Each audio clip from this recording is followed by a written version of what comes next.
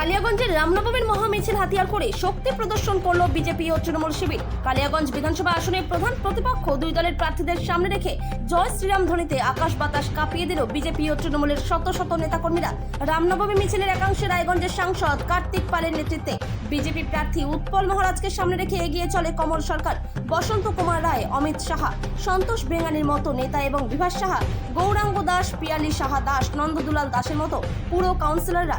অন্যদিকে শহর তৃণমূল সভাপতি সুজিত সরকারের নেতৃত্বে তৃণমূল প্রার্থী নিতাই বৈশ্যকের সামনে রেখে পুরো প্রধান বিশ্বজিৎ কুণ্ডু, পঞ্চায়েত সমিতির সভাপতি হিরণময় সরকার, প্রাক্তন পুরপ্রধান তথা কাউন্সিলর রামনিবাস সাহা, আইএনটিটিইউসির জেলা সভাপতি রামদেব সাহানি, অমিত দেবগুপ্তর মতো নেতৃত্ব রামনবমীর মিছিলে অংশগ্রহণ করেছিল।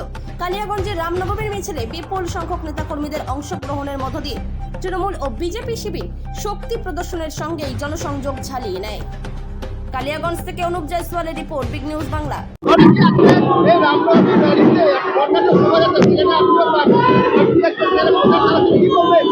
রামনবমী আমাদের জাতীয় উৎসব কালিয়াগঞ্জের, আমরা প্রতি বছর করে থাকি। এই বছরও সামিল হয়েছি।